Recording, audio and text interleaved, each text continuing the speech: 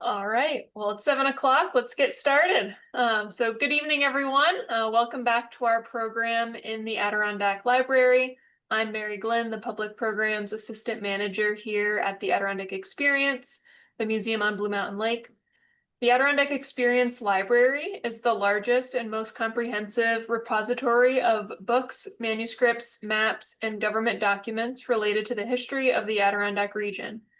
Through this series, we're thrilled to bring you inside the library, exploring the people, places, and ideas that have shaped Adirondack life, history, and culture. And the Adirondack Library runs from October through May, and we invite you to join us on the first Monday of each month for lively conversations with authors and researchers whose work deepens our understanding of this remarkable region. You can find upcoming dates along with the details about each speaker and their books at the adkx.org. And I see we've got those links heading into the chat as I speak. We're thrilled to once again partner with North Country Public Radio and to welcome back Mitch Teich, station manager at NCPR and host of North Words, as our series interviewer. North Words airs the fourth Friday of each month from 12 to 1 p.m. Featuring interviews, field recordings, and stories that remind us of what makes the North Country such a distinctive and inspiring place. Tonight's featured artist and author is Russ Hartung. He's a physician and award-winning photographer based in the Adirondacks. His passion for photography began in childhood with his first Kodak Brownie camera and has grown steadily over the years. In recent years, he has pursued photography for more seriously, participating in numerous contests and juried exhibitions.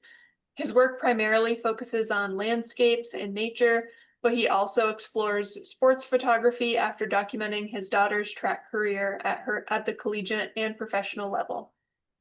In just a moment, I'll turn things over to Russ, who will introduce his book. Then Mitch will lead the conversation before we open it up for audience questions. We encourage your participation during this event. Please submit your questions through the Q&A feature and check the chat for important links.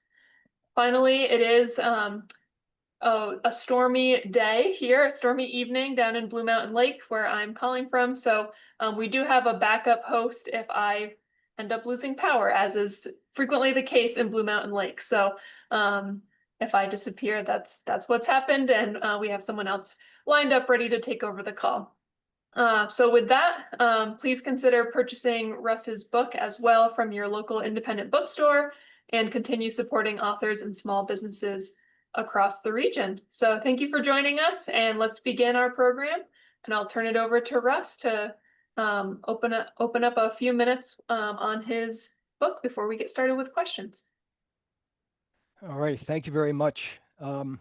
I'm going to ask you a technical question right off. How do I make myself the one who is showing up on the screen? Are you seeing me as the primary speaker? Okay, I haven't done this before. I've done some teaching through Zoom, but have not done webinars or events like this. So forgive me in advance if I mess up or stumble here and there. And I have not done this kind of thing before either as an interview, so this is a lot of fun. So let me just start off by saying thank you very much to Mary and Shelby for inviting me.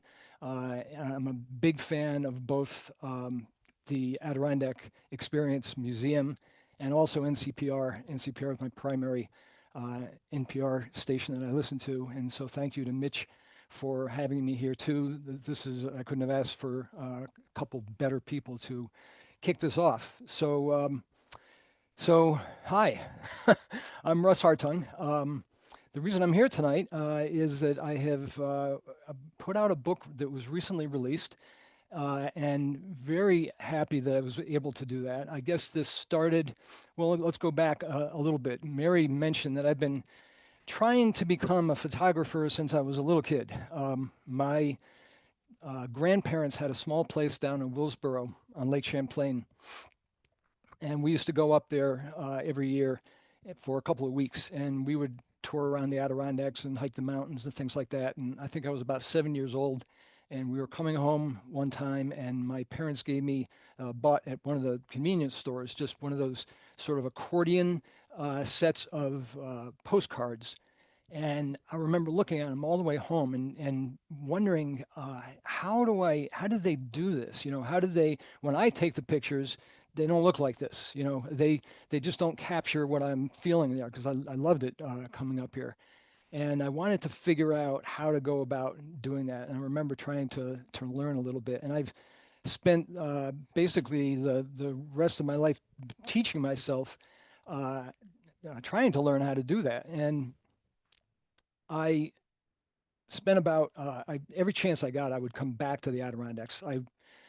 Later on in my childhood, I went to a wilderness camp up near Tupper Lake every year for about 4 years, and that was a 2 week experience. Then when I went to med school, I went to Albany Med because it was close to the Adirondacks. And then I ended up getting into a residency in Portland, Maine, and we were there for a few years. And I like the coast a lot. It's really pretty. It's gorgeous, but I really missed the mountains. So I kept looking for possible opportunities to come back here, and then a position opened at CVPH in Plattsburgh, and that was in 1995. So it's about 30 years ago now. And I spent the next 25 years there as an emergency physician. And I would, at every chance I got, I would go lose myself in the woods or on a mountain somewhere. It was just, I really needed that balance. And there was nothing better than being able to be somewhere that had just such unbroken wilderness. And you could count on being in a place where there weren't a lot of people and you could really be alone. And it was just the opposite of what my experience was. And sort of one of the advantages of working in the ER in a weird way, it's not a real advantage on your body, but but it has an advantage in another way, which is the hours. The hours are crazy. One day you'll be coming in at 7 o'clock for an early morning shift, and the next day you're going home at 3:30 in the morning because you were doing the evening shift or the overnight shift or whatever, and you're often working nights and holidays and weekends and things like that. So the result of that is that I often had time off during the week, during a weekday. So I could, and it wasn't unusual at all for me to get up in the middle of the night to go to work. So I would get up in the middle of the night and go off into the Adirondacks somewhere before the sun was even up, and I would find some spot. And now there was nobody, literally nobody.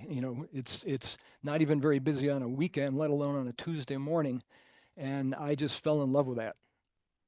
And at the same time, I was learning more and more about photography. My daughter had been a track athlete in high school, actually with Mary.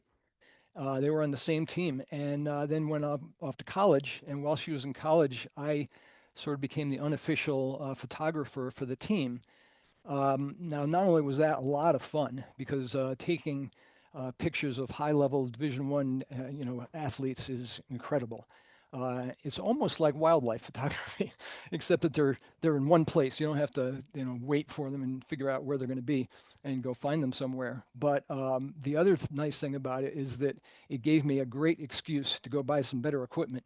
So I was able to buy, a camera that had a higher shutter speed and long lenses and things like that because I was going to progressively bigger and bigger meets until I went to several national championships and was in there with the scrum of um, other photographers that were from places like ESPN or Sports Illustrated and things like that, and had a great time. And the other nice thing about that is that I would spend often the track meets were 2 or 3 days long, and so I would be there 6 or 8 hours a day taking pictures and learning my equipment to the point where now, even with gloves on in the middle of the winter, I can find the button I need without even looking. I don't even have to take my eye away from the viewfinder, and I attribute a lot of that to all the experience that I got in taking photos at the various track meets.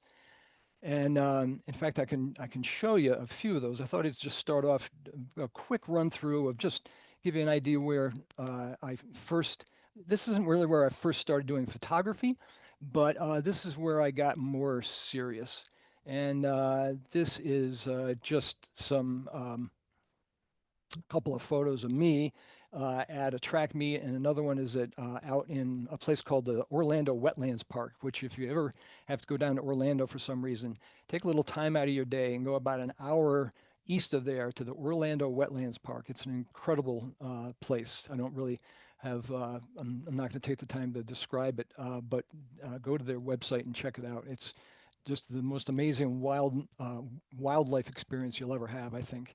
And but this is what it started from. So this is my daughter running steeplechase. This was a regional meet, and this was at the outdoor championships, and had a lot of fun playing around with different types of compositions. I really liked this. This was this is a kind of funny story because all the other photographers are down at the end of this track, and these people are fast. And so I realized the only way I could get this shot was to lie in the ground with this huge 600 millimeter lens, which was this lens here. So this thing is not light. So I'm lying on the ground and the gun goes off and I just got the shot. In fact, this should have been a little better focused, but I just didn't have time. I had to get up and run off the track because in the amount of time it took me to stand up with this lens and get off the track, lagging behind all the rest of them because they hadn't been silly enough to lie in the ground in front of the track. I would have gotten run over if I hadn't gone fast enough. And sometimes I would take photos of really high shutter speeds and get a crisp photo of the people going over the hurdles or whatever it was they were doing. And other times I would set it at a low shutter speed and follow them and get these really interesting long exposure shots, and had a lot of fun doing that. And it was really the advantage that I didn't have an assignment from, like, to come back to Sports Illustrated with sharp pictures of everybody. I could play around and be abstract if I wanted to. And I really like doing things like this. I was really happy if I could capture something where all the lines just worked out, and like you couldn't have composed a graphic image better than this, with his arm and the lateral bar and his body and his feet in perfect position. Same thing with this one, her arm coming down from the corner of the frame. And you'll see that even in my landscape shots, I really try to do this a lot. I use the frame in the corners of them to be part of the composition. But this is where my long lens came in, because I could see that behind her was this building that was in shadow, and it had some nice graphic parallel and perpendicular lines. And if I got far enough back, she would be in the sunlight, and that would be in the shade behind her. It would really make her pop if I caught her at the right time. And that's the kind of thing that really translated into the wildlife photography, because sometimes you'll see a bird in their perch, and you start to get to know their rhythm, and you realize that when they start preening and they've been there long enough that they feel comfortable to start cleaning themselves and preening, that within probably the next couple of minutes that they're going to fly away, and you have to be ready to follow them to get the shots. This shot actually was selected by nationalgeographic.com to be on their website. They have an amateur, everybody in the country, actually everybody, a lot of people throughout the world send photos in, whatever their best photos are, amateur photographers, and they pick out, I think, a dozen of them. They call it the Daily Dozen. They pick up a dozen of them of all the submissions, and they publish them for that day. And this was one of the ones that was published. And I really like this one too. And this was, I purposely did the same thing. I got way back so that behind him was just these angled and parallel lines. And the moment that this captures is when he was the last one to jump. And if he cleared this height, then he was going to win that event. And he's just falling down from having cleared it. He's looking up and seeing the bars not moving, and he's just won the event. And he's just pumping his fists. And I love that moment that's devoid of anything else. There's no bar in the way. There's no people behind him. It's just him with that, and everything behind him is kind of blurred out and just kind of graphical. And then I tried to take those and bring them into wildlife photography. These are a couple of owl chicks that I shot just this past year. This is an egret down in the Orlando wetlands, and similar. I think the background is everything on some of these things. Is getting a nice gray neutral background so that the blue eye and the orange beak and so on really pop on these birds. Uh, Sometimes they need very fast shutter speeds. This was another ibis, a different type of ibis with these very colorful feathers, and he's diving with his beak for snails, and he's going up and down like just like a sewing machine. And this just caught him as he had grabbed one, and he's flipping it up, and he's about to swallow it. There's a couple of pelicans. I just like the echoing of the two of them in the same position. This is right down on a Sable Point in the Adirondacks, south of Plattsburgh. This is a juvenile bald eagle, and I liked playing around with the shutter speed on this because the shutter speed was fast enough that his face and eye are in very sharp focus, but you can see a little bit of motion and energy from the wings being blurred out as he spies something on the ground that he's going to dive on. This is a female ruby-throated hummingbird. These shots are actually in the book too. One of the things I've done with this book is to show the Adirondacks, the landscape, but also to include some of the animals, including human animals that are in the park too. So I've a lot of times, well, there's one type of landscape photography is to not include humans at all, just the wilderness. But I like including them because that's part of the park. That's part of the uh, the way our park is between the animals and the people enjoying it. But even when people are out there, there's not very many of them. But so I have some people in the book. I have some wildlife in the book to balance out what my experience of the park actually is. I talked about this one. This is actually some flamingos in San Diego, but I love the echoing curves of their necks. This is an egret. Interesting thing about the egrets and some of the other birds is that they go back and forth between the Adirondacks and Florida. These same birds you will see up on at Sable Point coming through, or you will find them down at different times of the year down in Florida at the Orlando Wetlands Park. And he's preening, or she, and he, I think he is preening his display feathers. This is also at the same park.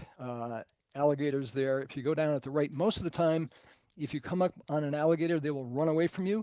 But during mating season, they turn the other direction and start defending their territory and have a really interesting growl. And this is, again, a blue heron flying through the cypress swamps. And again, these same blue herons may end up in the park here. So after doing that and getting to know my equipment because of the time it took to just shoot these track meets and the wildlife. Wildlife takes a huge amount of patience. What I really wanted to do was get better at landscape photography. That's my love. That's always the thing that attracted me. I would find that whenever my wife and I would go, she's a fine artist, she's a painter. We would go to a museum somewhere. I would find myself drawn directly to the landscape paintings in the museum, and I would study them, and I would try to figure out what it was about them.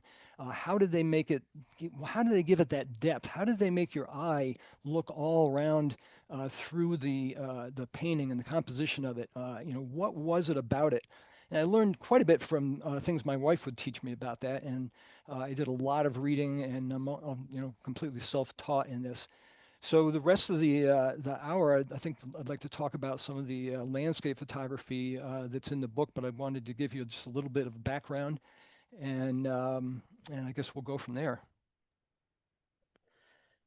Well, thanks so much, Russ. Yeah, I think everything of yours that I've seen has been so inspiring. I don't know whether you want to stop sharing your screen at this point, or I will do that. although your photographs are more interesting for people to look at than either of us, I guess. But We can easily come back to.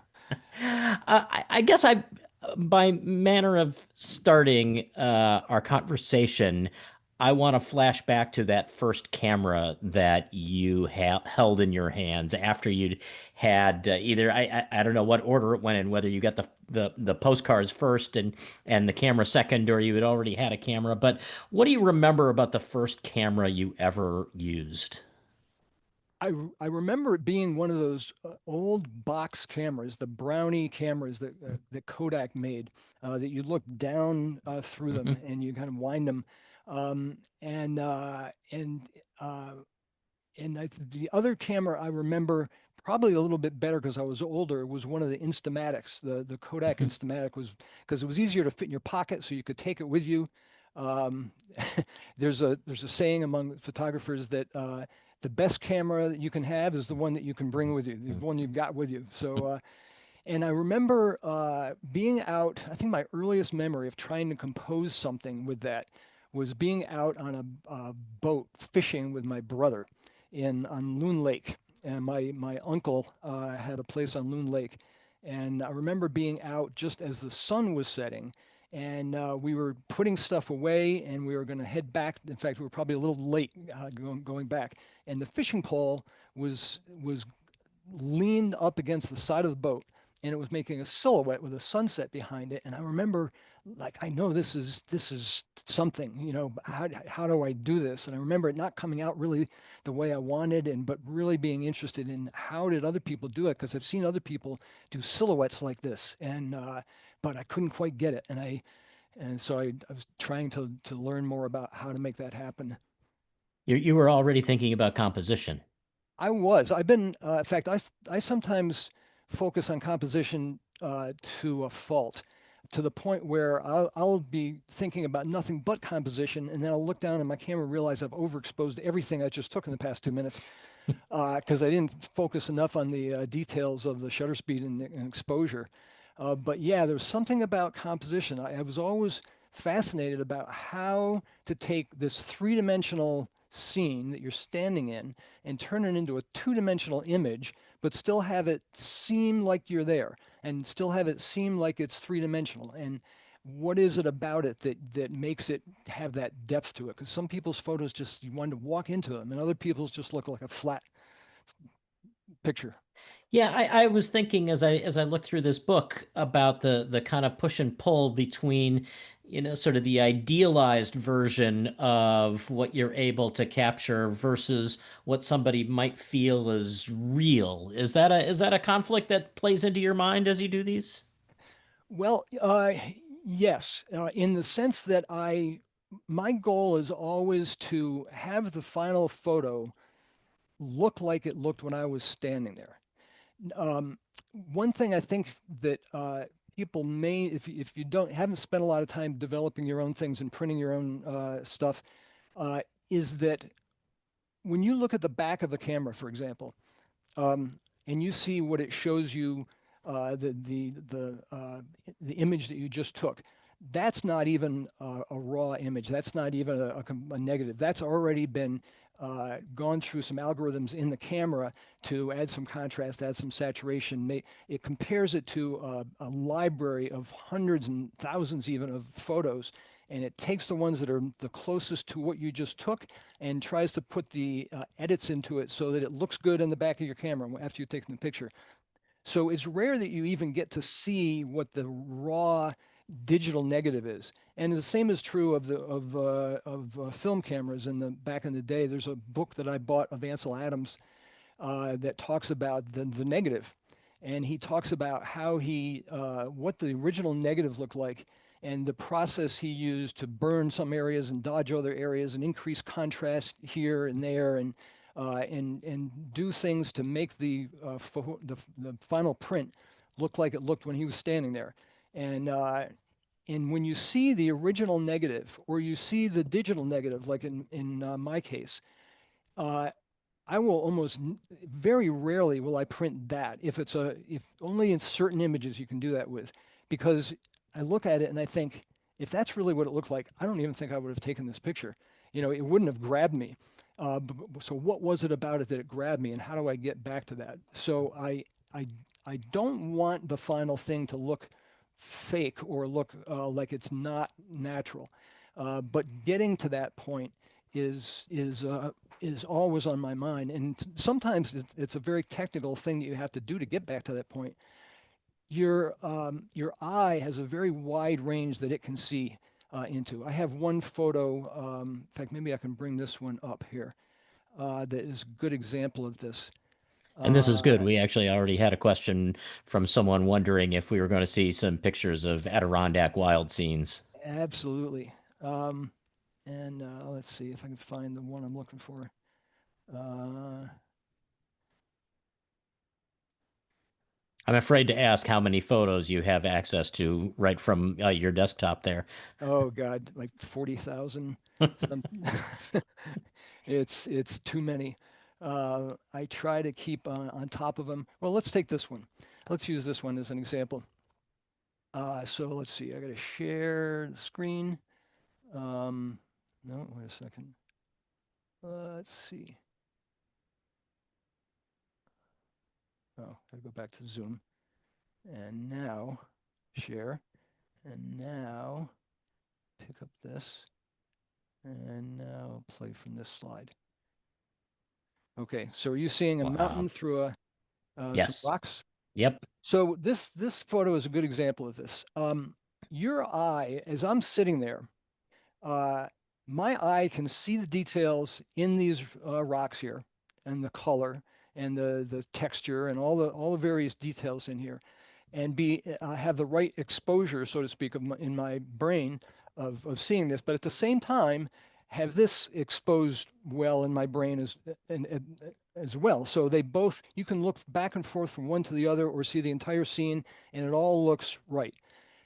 When you take a picture with even the best camera, you're going to either have, whoops, you're going to either have the rocks exposed well in the shadows, or you're going to have this exposed well out here. And there's no camera that is available that I know of yet that can capture that big of a range of light.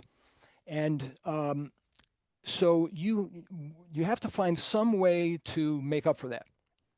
And that's one good example how if I just printed the digital negative of this, it would look awful. It just either one or the other. This would be well exposed, but the rocks in here you wouldn't see anything. It'd just be black. Or if these were exposed well, this would be the mountains out here would be completely overexposed. Right.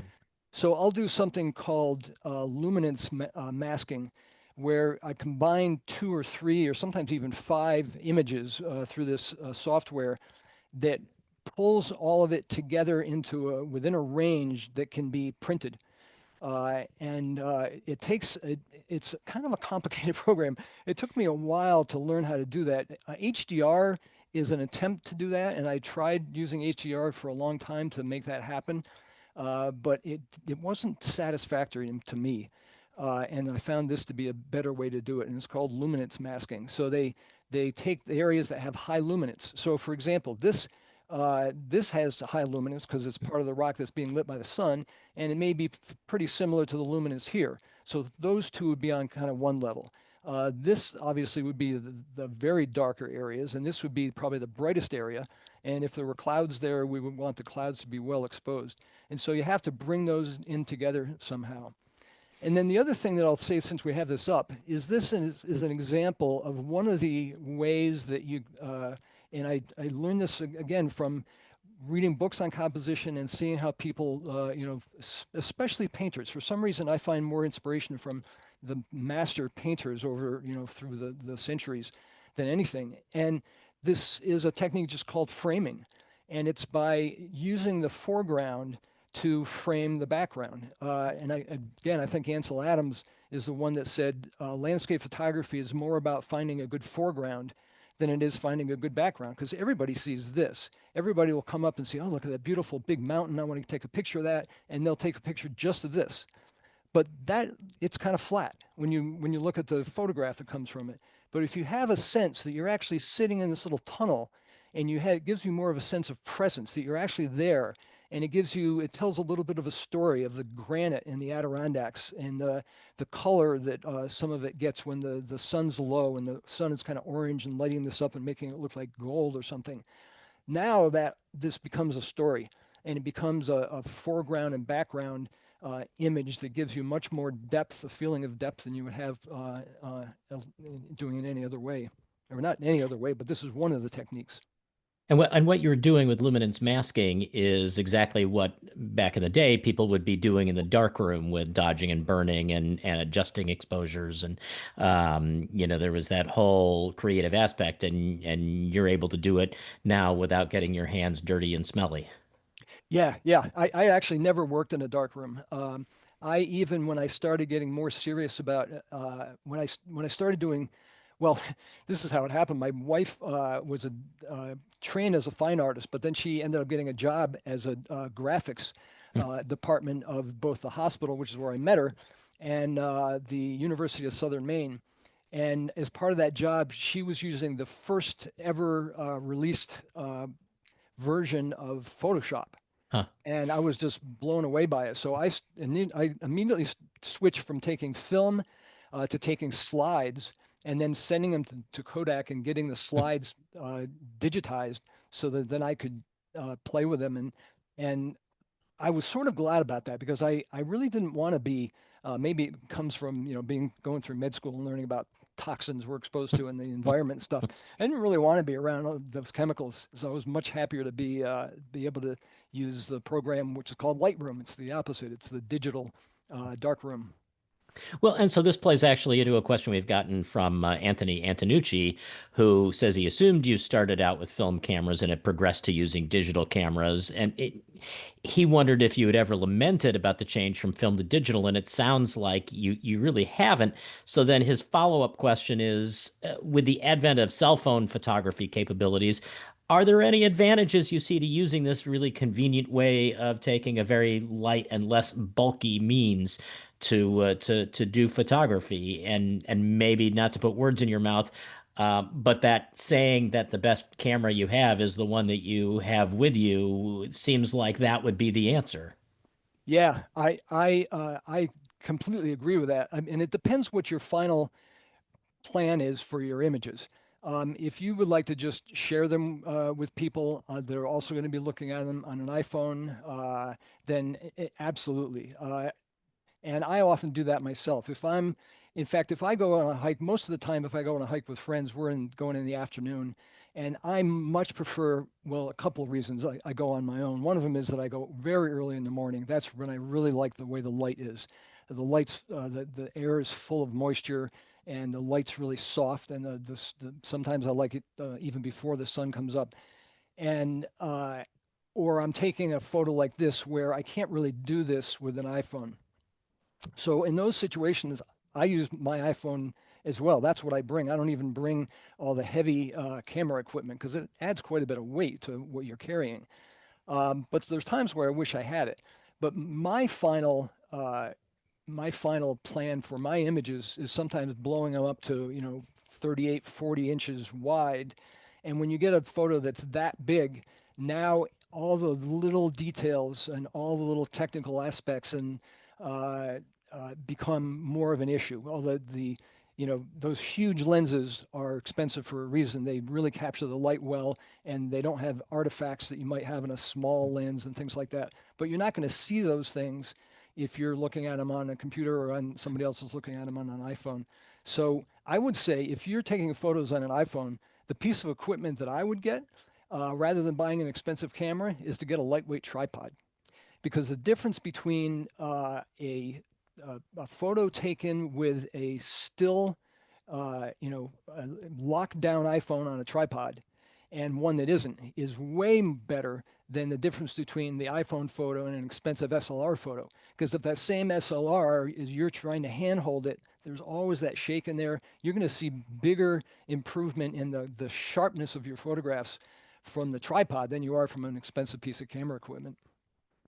Uh, you're mentioning the way that we're seeing these photos, and I have to say I really enjoyed paging through this physical book. There was something about being there with the physical photo that I think made me linger on the images longer than I would have if I were looking at them on my phone or even on my laptop screen. Um, How much thought do you give to how people are going to look at your images, especially considering when you look at the books, so many of them are in panorama form, and you really either need a wall or a wide format book to be able to really reproduce a panorama. Yeah, I know that most people are going to be looking at them on a computer and probably, but I personally I just love the final product when I can blow them up really, really big and have it take up my entire visual field as I stand in front of it. And I just like looking at them that way, and I like sharing them with other people that like that as well. So and I actually will have different, I process them a little differently too. If I'm processing them for vision, for looking at on a computer or an iPhone, I have to be really careful with things like saturation because and brightness because the computer backlit pixels really gives you that saturation and brightness that you lose when you try to print something. And so I will make sure that I don't overdo anything. And again, I don't want the picture to look wrong. If it looks wrong, then I've kind of failed. And I have a separate way of processing them when I'm going to be printing them out on a print. So I keep that in mind for both those reasons. Uh, Gib has asked a question that I was wondering about as well. The question is, how has your training as a doctor informed your approach to your art and design? And I also wondered whether there's something about the attention to detail that you have to have in the field of medicine that lends itself to going out and, for as much relief as being in solitude was, where there are approaches that really were similar to the way you took on photography. Maybe. Um, the first the first thing that comes to mind is that the busier I got and the more stressful things were in the ER, the more I just wanted to be out there doing it and be away from it. Have some time away from it. I had to balance myself. I mean, I loved ER medicine. I felt like I was that was where I should be as a physician. But it also you needed to escape from it. I mean, it's just the most chaotic, high stress environment. But on the other hand, there's this balance that you have to, for me, you have to have with when I'm taking pictures because it is technical. There is an aspect of knowing, where you're going to focus and what's the best f-stop and what's the shutter speed I should use here. Everything's kind of not moving, and I have it on a tripod, so maybe I don't need a fast shutter speed. But oh, wait, the wind's blowing, and so the leaves are moving all around. So if I don't have a fast shutter speed, then the leaves are going to all look blurry. And all those little things, am I going to be able, how many photos am I going to have to take? Maybe 5, maybe 7 to capture the range of light in this particular image so that I can bring them together with the luminance masking later. But on the other hand, in order to get to the point where I even know what I'm going to take a picture of, I have to be just the opposite of that. And so what I like to really do is get out at least an hour, hour and a half before I think I'm going to actually be shooting anything, so that I can just sit there and just sort of turn my mind off, and that's when the images come to me. That's when I start seeing things, and it's really amazing how that happens. If I try to go searching for something, it doesn't work very well. I have to just I know a good place to go because I've been there multiple times, and I've always thought this has got potential, but I'm not seeing it today. But I'm going to come back. I keep coming back, and then if I get in the right frame of mind, something just shows up. And something similar happens in medicine. I mean, there's a holistic aspect that you always have to be able to take into account, especially something like the ER, because there's so many different disciplines that you're trying to balance and figure out which organ system even is that the symptom is coming from. And so you have to be able to kind of look at the big picture, but then there's also a very technical aspect to it. So I suppose that probably does translate from one to the other. We do run the risk of making it into too much of a metaphor. I mean, the f-stop isn't the same as the blood pressure, and the shutter speed isn't the beat, but it does sound like there's some, when you talk about it as a holistic a holistic entity with these individual components that all play a role. It's interesting to think about.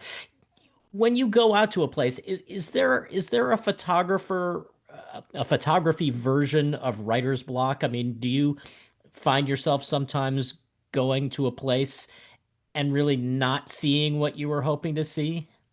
Uh, Let me show you one here. Let's see. So I'm going to go back to this one for a minute. And there is this photograph. Oops. So this photo, I had gone out, I'd gotten up, I don't know what time in the morning, 2, 3 o'clock, something like that. Had everything laid out. I just stumbling through the house, putting everything in the car and just took off. And so by this time at night, I had been out for 12 hours easily, and I couldn't find a photo to save my life. And nothing seemed to be working. I was just, but I was planning on camping out and getting up the next day and doing the same thing. I'll often go 3 or 4 days in a row and just try to be out there and see what shows up. And and it's and so that's what it felt like that day. I just couldn't get an image to if you paid me. And so I finally put everything in my tent, and I turned on the little lamp that hung from the center of my tent, and I went to brush my teeth, and I'm coming back to my tent, and I went, that's the picture right there. And I set it up, and this is one of my favorite photos because it really captures for me the feeling of being out there, and I really like I like the contrasting colors. Orange and blue are kind of opposite sides of the color wheel. We've had And someone ask if you can make that full screen. oh, I think that is as big as it gets. Yeah. I didn't make these. I Oh. left a little space around it. It seemed like that was the thing to do when I was putting the PowerPoint together. But now, in retrospect, I probably should have just left it full screen. But that's as big as it gets. Um, this was also taken with a special lens called a tilt shift lens Uh, that allows you, because normally this photograph, all these trees would be leaning all towards the center. But what the tilt shift lens does for you in a situation like this or with architectural photography, it allows you to keep things that are parallel. And that's another example of how you have to, and sometimes you can do this digitally. If you don't have a tilt shift lens and they're all coming towards the middle, there are ways to use Lightroom or Photoshop to pull them into parallel. Now, that would seem, we sometimes have these self-imposed rules about, well, that's cheating. Well, okay, it's not what the original photo was that came out of the camera, but the camera wasn't seeing it right from my point of view because those trees are parallel. So my goal is to get it back to where the trees are parallel. And if you can do that with a lens or you can do it in software. And I also like, you'll see a lot of my photos where the human element is way down in the corner. And some people have heard with composing the rule of threes. And that would tell you that whatever your subject is, you put it at the intersection of the thirds this way and thirds this way. So that would put this tent up here somewhere. But for me, that doesn't tell the story as well because the story I want to tell is that you're out there in the wilderness. You're out there in there's nobody around. There's just loons and peepers calling. There's no traffic going by. You're going to wake up in the same situation. And that feeling of being in solitude and having the human element be way down in the corner and be overtaken from a compositional point of view by the rest of nature, and the human is just a little part of it. That's more what I want to communicate. and thematically similar to what I imagine a lot of people are also doing right now, which is looking at your next slide, which seems to tell a similar story. Yes, exactly. This was an interesting story. Actually, we got together with a bunch of photographers. I was at a kind of a photography retreat, and most of the people were staying at a hotel, same hotel in Lake Placid, and I was staying outside of Lake Placid separately. And so they all came together in a van, and I came by myself. And they all got there and realized that one of the people apparently excuse me, the alarm didn't go off because he wasn't there. So they all got back in the van and went back to find him and left me waiting. And what we were supposed to be doing is hiking up this trail to the top of a mountain to do a sunrise hike from the top of the mountain. So I was left sitting on the shore here, and this guy very cooperatively, I couldn't have paid a model to do this better.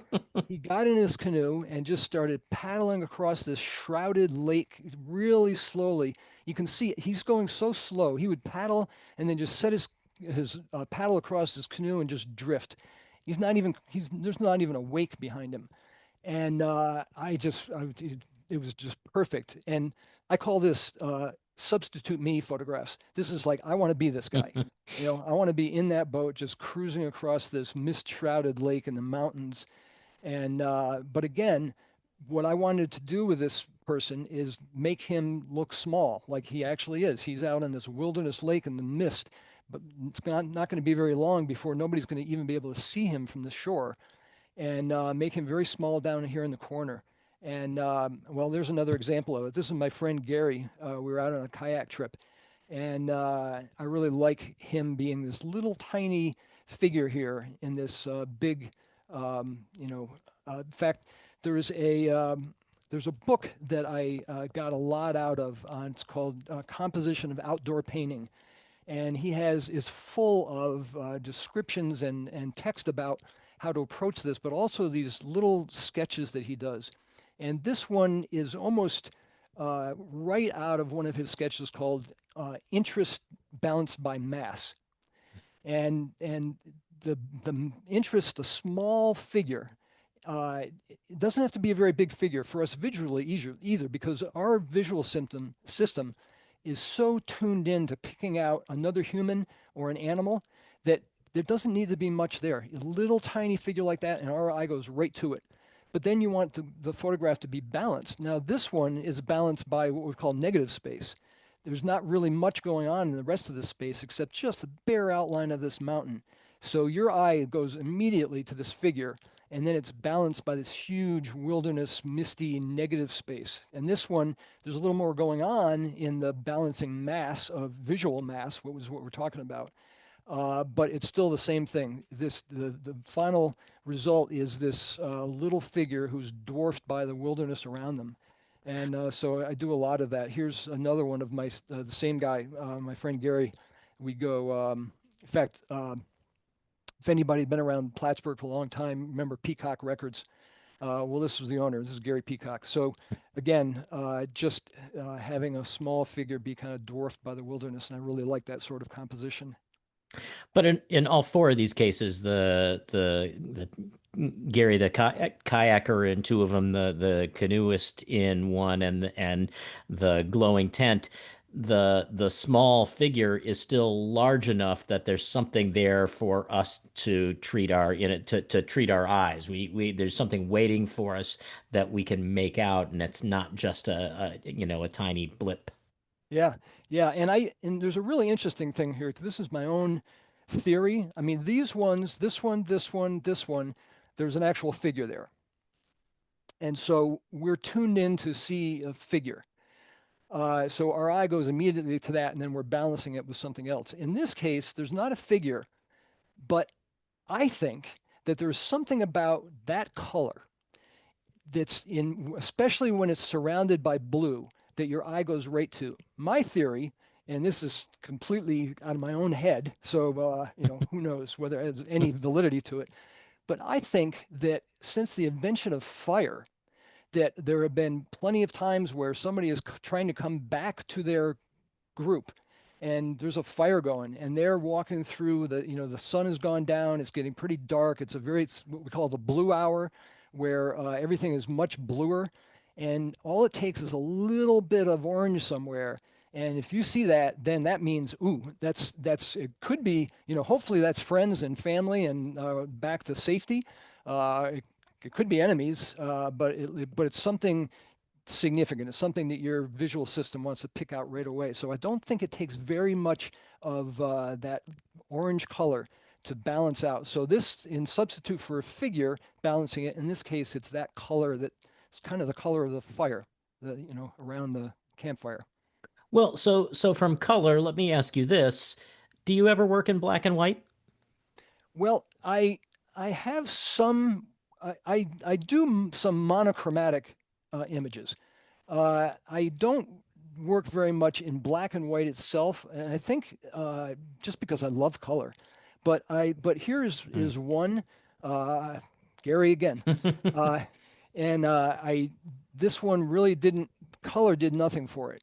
So I really desaturated all the color out of it. Really, what it wanted from a compositional point of view, from my opinion, was just that silhouette being balanced by that, that late sun coming off the water. You've seen that kind of thing. You can hardly even look at it. It's so bright coming back to your eyes, just balanced by a really dense blackness. Here's another one that both of them they're monochromatic, but they're a little blue, right? So they're not technically black and white. There's a little color tinge to them, but they're monochromatic. This one is the Saranac River. We were driving back from Saranac Lake, and I just saw this out of the corner of my eye. And I pulled over to the side of the road, and my wife and daughter are in the car. And thank you for their patience, because this was a 3-minute exposure, and this was only one of, I don't know, 10 exposures I took. So they were just sitting there for quite a long time. That's usually why I go out on my own, because I drive other people crazy. But I loved the way this was the rapids on the Saranac River, lit by the moonlight. And over a 3-minute exposure, it looks like molten silver to me, or pewter or something like that. And I love the way the rapids turn into that appearance. But then there's other things. This is, again, sort of, it is really monochromatic. It's not technically black and white. Back in here, there's a little bit of brown and green, but color isn't really a big part of this. And then there's this one where color, it's that warm morning light that I wanted to capture, but what I really wanted to capture is just these layers of progressively less detail as the layers go off. And this is, by the way, another one of those things that is a useful thing to do to give your photos depth. You've got this front layer here where the shadows are a little sharper and there's a little more detail. And then you go back to the next layer and there's a little less, and the next layer there's even less, and then almost nothing back in here. So that layering gives you it's called a linear perspective, or atmospheric perspective, both of those actually. But the atmospheric perspective is the effect that the increasing depth of atmosphere has on the appearance of things that are further away. And it becomes enhanced when there's any mist in the air. So it really brings out those layers. And so that's a way to give some depth. This one is also kind of black and white, but again, this is a little blue. And I want to keep the blue in there because this is a cloudy day, and the snow just came through. And so if you were to look at a Kelvin, if you were to see where this light fell on the Kelvin scale, you would find that this is on the blue side of white, and actually is in person when you're there. If you had a way to measure that, you would find that to be true. So I wanted to preserve that same thing. I wanted this to be a little bit blue rather than more on the orange side of white, to make you feel that passing snowstorm feel. And then this is another example wow. of the linear or the atmospheric perspective of the decreasing, as you go further and further into the atmosphere, the decreasing detail. So you see here, you can see just some of the birch branches coming through, and you can see some detail. And then back here, you can just see a little bit of detail. You can just barely make out the fact that those are in fact trees. And then you get to this layer, and it's just pure blue, and gets a little bit darker, and then the fact that it's reflected in this, in the water. Do you remember where that one was That taken? that was we just finished. In fact, that photo of Gary, that's the silhouette of him against the really reflective lake, that was earlier in this same day. And that was a very late in the day. We were going back to the takeout point of where we had our cars. And as we're putting the kayaks on the cars, I turned around, and this is what we could see from the Franklin Falls kayak put in. So at the right time of day, that spot in Franklin Falls, you get this in the right kind of weather. you get this. But again, you have to go back and back. Now, I took something close to this. The first time I took it, I didn't have a tripod with me. I needed a very long exposure because there wasn't much light in the sky. And so I took the picture and I really liked it, but it was blurry and it was handheld. And so I kept wanting to go back and take this picture again. Well, I must have gone back 20 times before I finally got there. Then the right time, the right day, the right time of day, no wind. And that's often the case, I find. I have to go back dozens of times to find just what I'm looking for. We're down to just a few minutes, and I want to make sure I get to a couple more questions that people have submitted. One is from Sally Sheldon, who wants to know what's your most favorite area that you've visited to take photos, and she does not specify in the Adirondacks, but I think it'd be relevant to talk about favorite area in this part of the world. Yeah, well, if for wildlife photography, I'd have to say the place I talked about near Orlando. It's a fantastic place. It's one of the only ways you can get into the wetlands east of Orlando and not have to be wading through the water, and the wildlife is just outstanding. So I'd say for wildlife, it's there. But for landscape photography, nothing beats the Adirondacks. And specifically, a couple of places that I've gone back to over and over again. One of them is Gooddown Mountain down, it's near Newcomb. It's right outside of Newcomb on the south end of the high peaks. And it's about a 2-hour hike. It never gets really steep, and it's got one of the tallest fire towers in the park. Mhm. So I'd highly recommend that. And another one is a place just a half hour from my house, which is Silver Lake Mountain. Just a beautiful. I tore a meniscus in my knee years ago, and so I can't really do the high peaks very well. And so I've started looking for smaller peaks around the park, and it's endless. When I first did that, I was disappointed. Oh, I'm not going to be able to, climb the high peaks very easily anymore. But there is no, it I haven't hasn't bothered me at all. In fact, I almost like the view from some of the smaller peaks better because the mountains are surrounding you there, and the sun's peeking over it in the morning and so on. Yeah. Mary Mann says, your photos are beautiful and full of depth of feeling. Just wondering what your views are briefly regarding our environment and our collective natural future. Are you hopeful or worried? Oh, Hmm. I you And is know, that a loaded question? oh geez, it's I think anybody that that I'm sure all the people here have the same love for the wilderness that I do, and you can't help but be worried. But the thing that gives me hope is the longer view of our history. I mean, I think there have been lots of times through our history as a species, as a country, where we've gone through similar issues, and if you look at the long view, I think we're doing better in terms of the environment. And I think the Adirondacks is one example of that.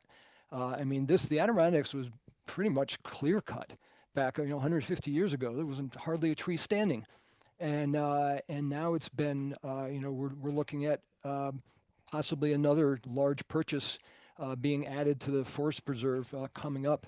And I love the idea, and I'm really encouraged. One of the things that encourages me so much is when I go out hiking or paddling, is to a large extent, there's no trash in the Adirondacks.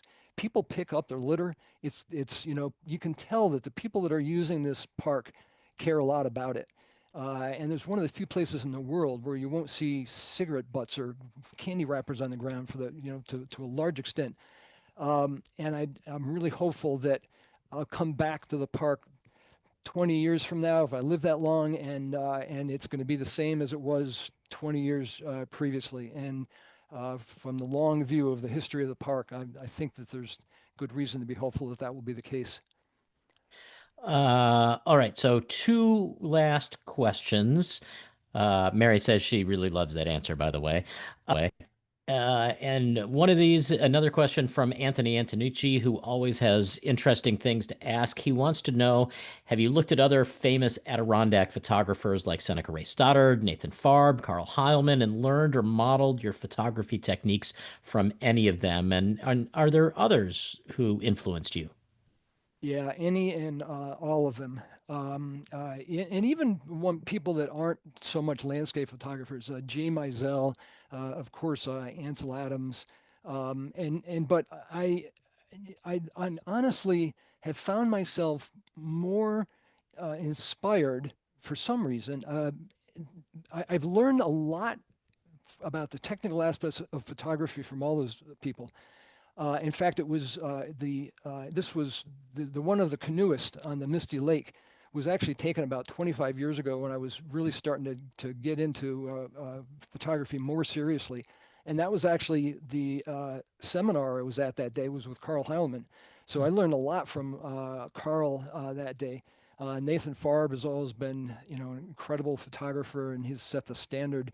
And seeing Seneca Ray Stoddard, can't imagine what he must have been carrying around not only in equipment, but without much in the way of trails and things like that. So yeah, it's really interesting to look at that. But I from the point of view of composing my photographs, I find myself, we go to a museum, and there's some great museums, that are not far from here. And the first thing I find is I'm just drawn to the landscape painters. And I learned so much from the way they have, the techniques they've used to compose their paintings. And I've always tried to use them and make them part of my photography. You mentioned the wildlife park outside Orlando, the Adirondacks. You've photographed in Maine before. There are many track photos in your history. Is there one place in the world that do you have a bucket list location that you would really like to, if all things being equal, if you could spend a few weeks just exploring and photographing another part of the world? Um, I mean, I would love to photograph lots of places. I went to a friend of mine retired, and he got a bunch of us together. And we went to Iceland 2 years ago, and that was a lot of fun. It's an environment that just blew me away. I never realized how volcanic of an island, and that was a whole other challenge. So that was a lot of fun. And this is going to sound like I'm making this up because we're doing this, but it's the Adirondacks. I've been coming here for 60 years, and I still haven't seen all the park. And maybe it's just something about it that was burned into my childhood. But it's the area that I love because I've gotten to know it, and I have places that I know I can go to and possibly capture a photograph, but at the very least be just kind of enjoying nature. And the trouble with going other places is it's tough to find those. You have to go back to the same place over and over and over again. Like I went to uh, Rocky Mountain National Park. I was there for a medical conference, and I took an extra about 4 days just to do photography around the park. And I did the same thing. I got up, first thing in the morning and went off. And I had a great time, and I loved some of the photographs I brought back. And I love looking at them. But if I had a day and I was going to go one place or the other, I'd still be going to the Adirondacks. Well, just to show people once again, the book is Adirondack Solitude, and Russ Hartung. It was an inspiring conversation. I am looking forward to spending many more hours with this book, and I hope others will as well. I'm so glad we got a chance to talk, and we'll be watching for your next effort. Well, thank you very much. Great questions. I love talking about this stuff. I'm honored to have been here working with two of my favorite organizations. So it's perfect. And let's turn things back over to Mary at the Adirondack Experience. Awesome. All right. Thank you, Russ. Thanks, Mitch. And thank you all for joining us this evening. We hope you enjoyed tonight's conversation and invite you to join us again next month on Monday, December 1st, when we'll welcome naturalist Ed Cans, author of Nature of the Place on the Flora and Fauna of the Adirondacks. A reminder that the Adirondack Experience is closed for the season, and we will reopen on Friday, May 22nd, 2026. So please come see us then. And on behalf of all of us at the Adirondack Experience, I'm Mary Glynn. Thank you again for spending your evening with us, and we'll see you next month. Thank you. It was a pleasure. Thanks, everyone. And have a good night. Have a good All right. Good night.